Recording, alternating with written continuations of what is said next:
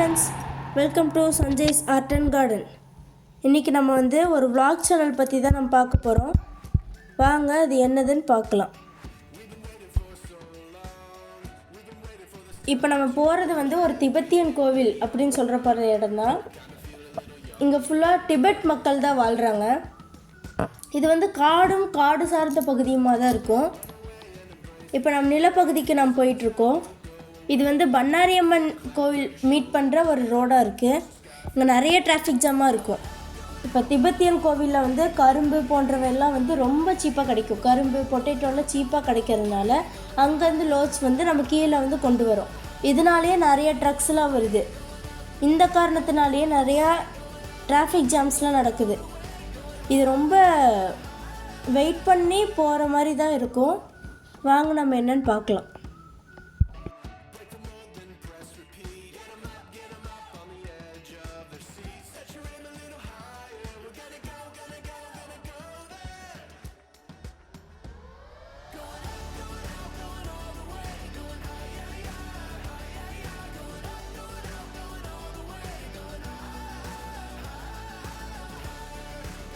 நான் முன்னவே சொன்னேன்ல, காடு சார்ந்த பகுதியுமா இருக்கும்னு. அதனால் இது ஒரு ரிசர்வ்டு ஃபாரஸ்ட்டாக கவர்மெண்ட்டால் கருதப்படுது. இதில் மான், புலி, வேகமாக ஓடுற சிறுத்தை, அப்புறம் யானை முதற்கொண்டவையெல்லாம் இருக்குது. இது ஒரு ரிசர்வ்டு ஃபாரஸ்ட்டாக தான் பார்க்கப்படுது. இதனாலேயே 5 மணிக்கு மேலே நம்ம இதை க்ராஸ் பண்ணக்கூடாது, இந்த ரோட்டில் போகக்கூடாதுன்னு சொல்லிட்டு அரசாங்கம் தடை விதிச்சிருக்காங்க.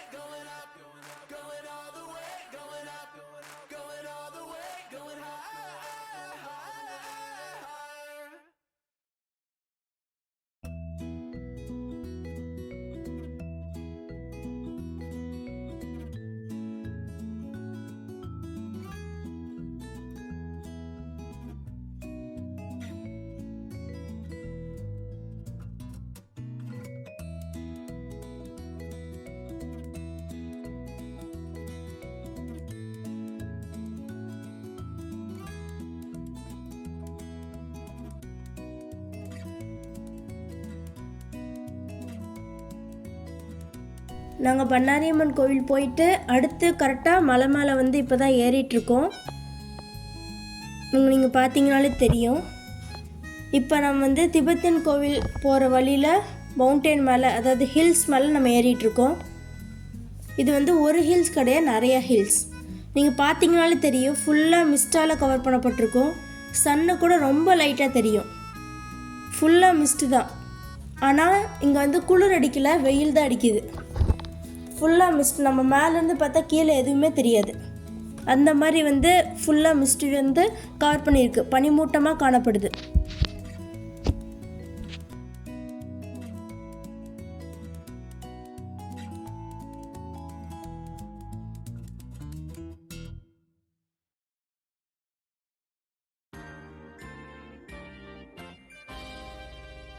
நாங்கள் போன நேரம் எந்த ஒரு அனிமல்ஸும் வெளியே பார்க்கல. அதனால் நாங்களும் அனிமலை பார்க்கல. ஆனால் இங்கே புலி, சிறுத்தை போன்ற டேஞ்சரஸான அனிமல்லாம் நிறையா இருக்கிறதா சொல்கிறாங்க. இங்கே நிறைய இடத்துல சைன் போர்டெலாம் வச்சுருக்காங்க. இந்த ஃபாரஸ்ட் ஃபுல்லாக பேம்பூஸ், தேக்கு போன்ற மரங்களாலும் செடிகளாலையும் நட்டப்பட்டிருக்கட்டிருக்கு. ஃபுல்லாக பேம்பூஸ், முத்திய பேம்பூஸ் தான் அதிகமாக இருக்குது. ஏன்னா ஒருவேளை திபெத்தியன் மக்கள் அவங்க வரும்போது இதை நட்டுட்டு போயிருக்கலாம். ஃபைனலி நம்ம திபெத்தியன் கோவிலுக்கு பக்கத்தில் ரீச் ஆகிட்டோம். இங்கே நிறைய இடத்துல மரத்தில் ட்ரீ ஹவுஸ் கட்டியிருக்காங்க.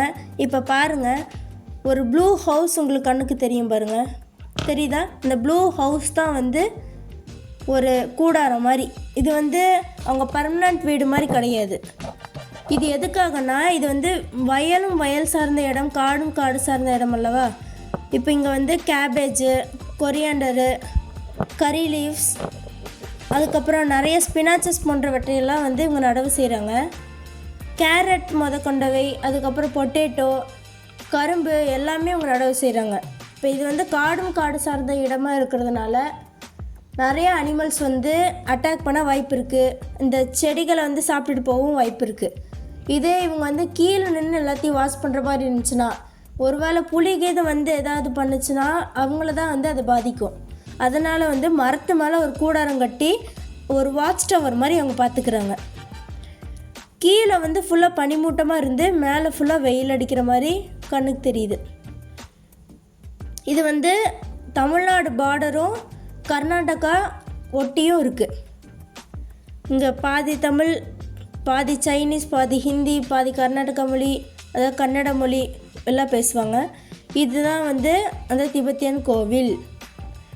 திபெத்தன் இதில் வந்து நிறையா கோவில்லாம் அமைக்கப்பட்டிருக்காங்க. ஃபுல்லாக புத்த கோவில், புத்த மதகுருகள் கோவில் போன்றவற்றையெல்லாம் இது பண்ணியிருக்காங்க. நீங்கள் அங்கே பார்த்தீங்கன்னா ஒரு பேப்பராக தொங்கப்பட்டு விட்ருக்கிறது உங்களுக்கு நல்லாவே தெரிஞ்சிருக்கும். தெரியுதா உங்களுக்கு? பேப்பராக தொங்க விட்ருப்பாங்க. அது எதுக்குன்னா, நம்ம ஊரில் எப்படி ஒரு தொட்டில் கட்டுறோமோ, நம்ம இதில் எப்படி நம்ம சீட்டு எழுதி நம்ம போடுறோமோ, அதே மாதிரி அந்த துணியில் வந்து ஒரு மந்திரத்தை எழுதி அவங்க வந்து இது மாட்டி விட்ருப்பாங்க.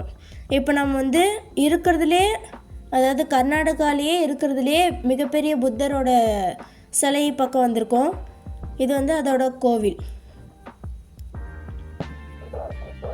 இப்போ இதுதான் என்ட்ரன்ஸு. உள்ளே பார்த்தீங்கன்னா உங்களுக்கு தெரிஞ்சிருக்கும், துணியில் எழுதி இது பண்ணி விடுறது.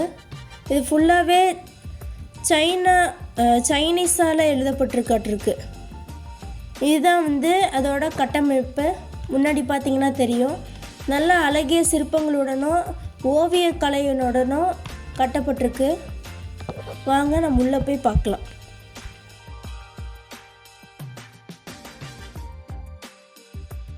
இது வந்து அந்த மதகுருகள் மற்றும் அங்கே படிக்கிறவங்களோட ஹாஸ்டல். இப்போ நான் வந்து கோவிலோட கேட்டுக்கு வந்திருக்கோம். எவ்வளோ நுணுக்கமான ஒரு சிற்பமும் கைப்பிடியும் வச்சுருக்காங்கன்னு பாருங்கள். ஃபுல்லாக அயன் தான். இது வந்து பெயிண்டால் உருவாக்கப்பட்ட ஒரு இது தான். எல்லாம் ரொம்ப ஏன்ஷியன் பெயிண்டாக தெரியுது. சரி, இப்போ நாம் வந்து இதோட வரலாறு நம்ம என்னங்கிறது பார்த்துடலாம். 1970 சைனா வந்து ஒரு இந்தியாவில் பாதி அளவு தான் இருந்துருச்சு. அப்போ மங்கோலிய பேரரசு, திபெத்து பேரரசு போன்ற பல நாடுகள் இருந்துச்சு. அதை வந்து சைனா வந்து 1970 போர்கள் செய்து அதை கைப்பற்றினாங்க. அப்படி செய்யும் போது திபெத்தன் மக்கள் வந்து தஞ்சம் பிழைப்பதற்காக இந்தியாவை நோக்கி வந்தாங்க. அதில் வந்து கவர்மெண்ட் ப்ரொவைட் பண்ண இடம்தான் கர்நாடகா பார்டரும் தமிழ்நாடு பார்டரும். இங்கே மட்டும் இல்லை, இந்தியா ஃபுல்லாக நிறைய இடத்துல இவங்களுக்கு இருக்குது. இதுதான் அந்த புத்தர் சிலை. இங்கே வந்து அந்த மதகுருக்களோட ஃபோட்டோ புகைப்படமெல்லாம் இருக்குது. பெயிண்டிங்ஸ் இருக்குது. ஃபுல்லாக அந்த சைனா பெயிண்டிங் மாதிரியே இருக்குது.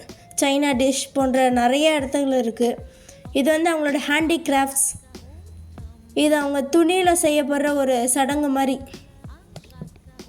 இது வந்து அந்த மதகுருக்களும் அப்புறம் அந்த பயில்வர்களும் உட்கார்ந்து கற்றுக்கக்கூடிய ஒரு இடமா வந்து கருதப்படுது.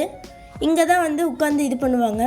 அங்கே ஒவ்வொரு இந்த டியூப் மாதிரி இருக்குல்ல, அதெல்லாம் வந்து இன்ஸ்ட்ருமெண்ட்ஸ், மியூசிக்கல் இன்ஸ்ட்ருமெண்ட்ஸ். இதெல்லாம் வந்து எப்போ வந்து அவங்க புத்தரை வந்து வழிபடுறாங்களோ இதெல்லாம் வந்து அவங்க யூஸ் பண்ணுவாங்க. இப்போ சைடில் பார்த்தீங்கன்னா இன்னும் நிறைய இருக்கும், நான் காமிக்கிறேன்.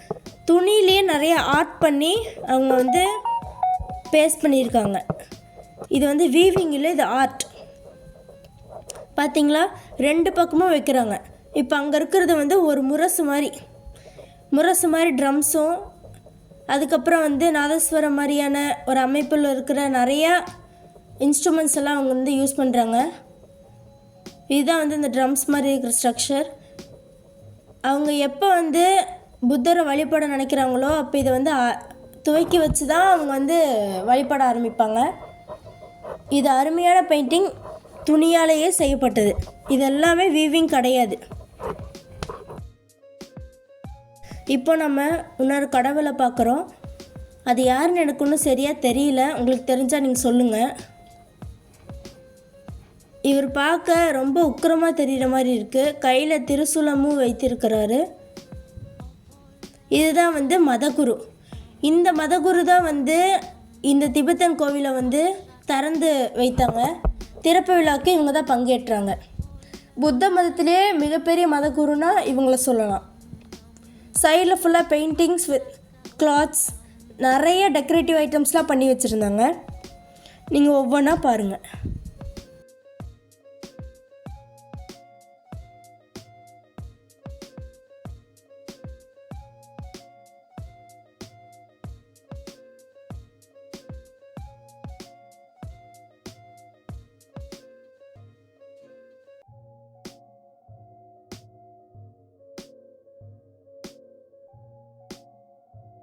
இப்போ வரைக்கும் தொடர்ந்து என்னோடய வீடியோவை பார்க்குறவங்க ப்ளீஸ் சப்ஸ்கிரைப், பக்கத்தில் இருக்கிற பெல் ஐக்கானையும் கிளிக் பண்ணிக்கோங்க.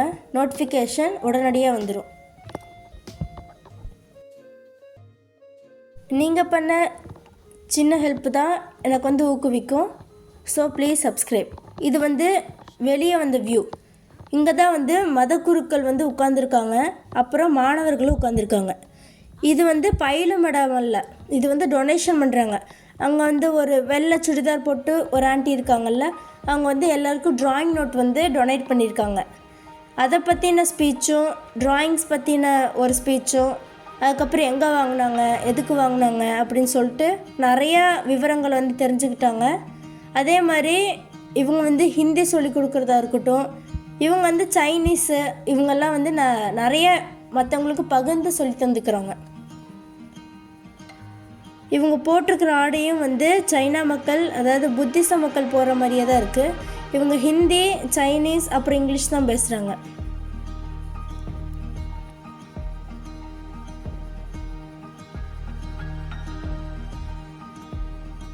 இது வந்து அங்கே தங்கியிருக்கிற ஹாஸ்டல். இது வந்து செகண்ட் ஹாஸ்டல். இந்த ஹாஸ்டலில் தான் வந்து மாணவர்களும் மதகுருக்களும் தங்கியிருக்கிறதா தகவல். இங்கே நிறைய பேர் சுற்றுலா பயணிகள் வந்து பார்த்துட்டு போகிறாங்க. இது வந்து ஃபஸ்ட்டு ஹாஸ்டல். இங்கே தான் வந்து மதகுருக்கள் அதிகமாக காணப்படுறாங்க. இது வந்து ஹாஸ்டல் கீழேயும் மதகுருக்கள் தங்கிறதுக்காக மேலேயும் விட்டுருக்காங்க. இந்த இடம் வந்து இந்தியா மாதிரி இல்லாமல் ஒரு சைனா இடத்துக்கே போன மாதிரி இருக்குது. ஒரு லடாக் போனால் எப்படி இருக்குமோ அதே மாதிரியே காட்சியளிக்குது. ஒரு இடத்துல கூட குப்பையாவோ தூசியாவோ தெரியலை. அவ்வளோ நீட் அண்ட் க்ளீனாக இந்த இடம் ஃபுல்லாகவே வச்சுருக்காங்க. நாட் ஒன்லி கோவிலில் மட்டும் க்ளீனாக வைக்காமல் அவங்களோட ஊரே க்ளீனாக இருக்கிற மாதிரி இவங்க பார்த்துக்குறாங்க. இவங்க யாரோட சப்போர்ட்டும் இல்லாமல் தான் வந்து இதெல்லாமே நடத்துகிறாங்க. இவங்களோட கல்ச்சர் படி இவங்களே வந்து அக்ரிகல்ச்சர் பண்ணி, இவங்களே வந்து வீவிங், இவங்களே வந்து க்ளோத்திங் எல்லாமே பண்ணிவிட்டு இவங்களே வந்து இவங்களுக்கே வச்சுக்கிறாங்க. டிரான்ஸ்போர்ட் மட்டும் மற்ற ஃபார்மர்ஸ் வந்து வெளியே கொடுக்குறாங்க. இங்கே நிறைய ரெசார்ட்ஸ்லாம் இருக்குது தங்கிறதுக்காக.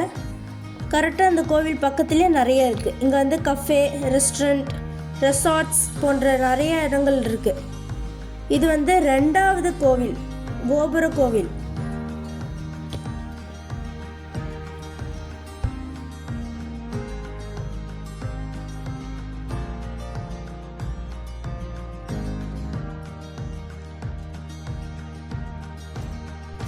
சுற்றியும் வயல்வெளியாகவே காணப்படுது. இது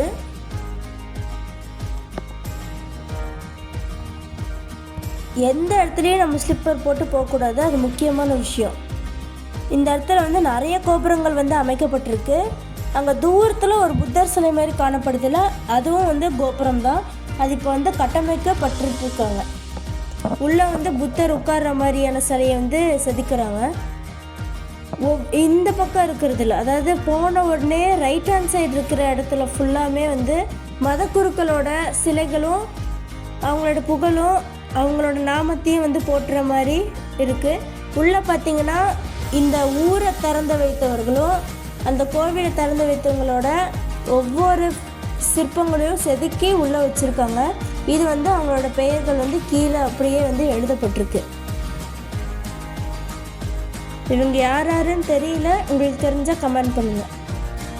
வீடியோ பார்க்குறவங்க சப்ஸ்கிரைப் பண்ணிவிடுங்க.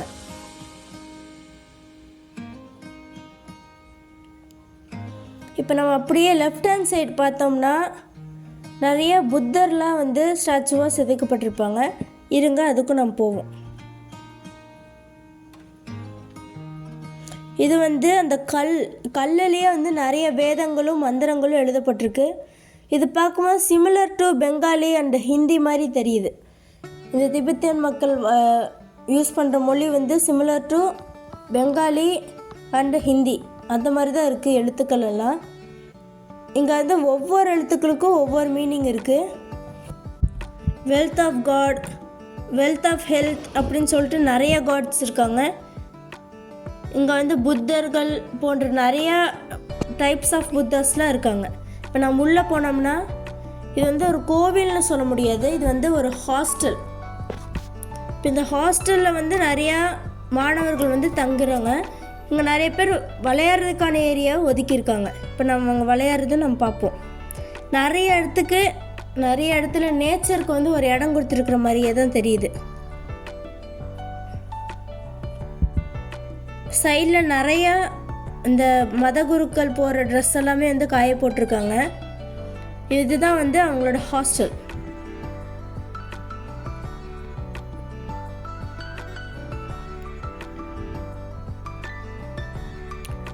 எவ்வளோ அழகாக நுணுக்கமாக செதுக்கியிருக்காங்கன்னு பாருங்கள். உள்ளே வந்து பூட்டியிருக்காங்க, அதனால் உள்ளே போக முடியல. ஒருவேளை அது கோவிலாகவும் இருக்கலாம், பள்ளிக்கூடமாகவும் இருக்கலாம், பயிலுமிடமாகவும் இருக்கலாம். இது வந்து இந்த சேரிட்டி டொனேட் பண்ணுறவங்களுக்கான இடமும் அந்த ஆஃபீஸர்ஸ் இருக்கிற இடமும் கருதப்படுது. அங்கே தூரத்தில் பார்த்தீங்கன்னா 4-5 பசங்க வந்து விளையாண்டுட்டு கேரம் விளையாண்டுருக்கிறத பார்க்கலாம். இங்கே நிறைய சேஃப்டி செக்யூர் திங்ஸ் எல்லாம் வந்து நிறைய வச்சுருக்காங்க.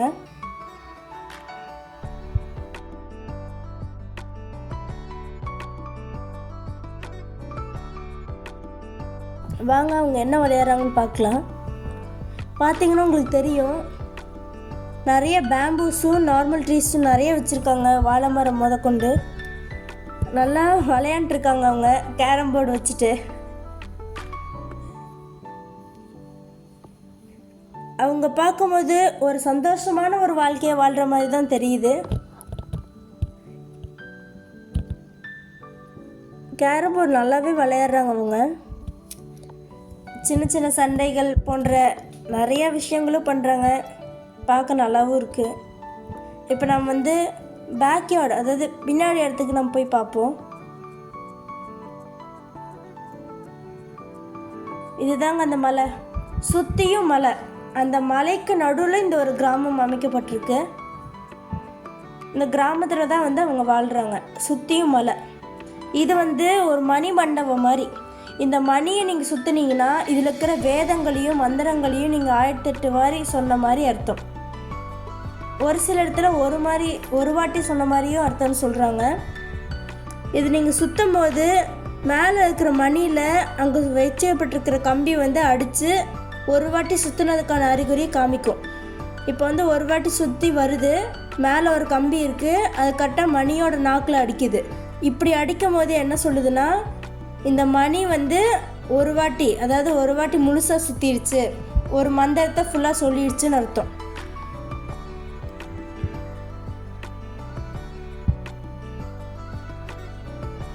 இங்கே நிறைய பேர் டூரிஸ்டாக வராங்க.